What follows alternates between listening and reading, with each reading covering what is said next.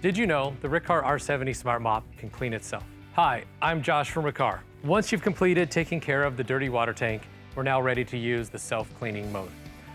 A couple steps that you're going to want to take before you press the self-cleaning start button is to make sure that the solution tank is full of water, just regular water. You don't need to put soap in this time. And then on the back of the unit here is the intake for the drying fan. Just don't put it too close to curtains or anything that might restrict the air or get in its way. Now we're ready to push this button. Once you push it, you can have about 7 minutes of time where the water is cleaning out the lines and the brushes of this unit and taking care of itself. Self-cleaning started.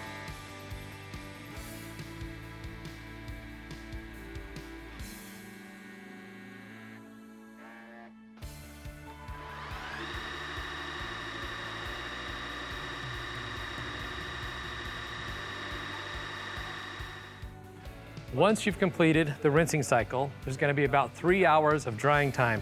You will be able to hear the drying fan running just a little bit. It's going to run for about 3 hours, shifting the brushes about 5 degrees every couple minutes. That way it's drying off the brush roll over a period of time. During this whole process, it's charging the unit back up at the same time.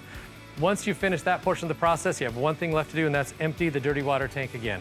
And then you've completed self-cleaning mode. I love self-cleaning mode because it helps reduce odors, reduces mold, has it dry, clean, and ready for the next time you want to use your R70 Smart Mop. Happy vacuuming!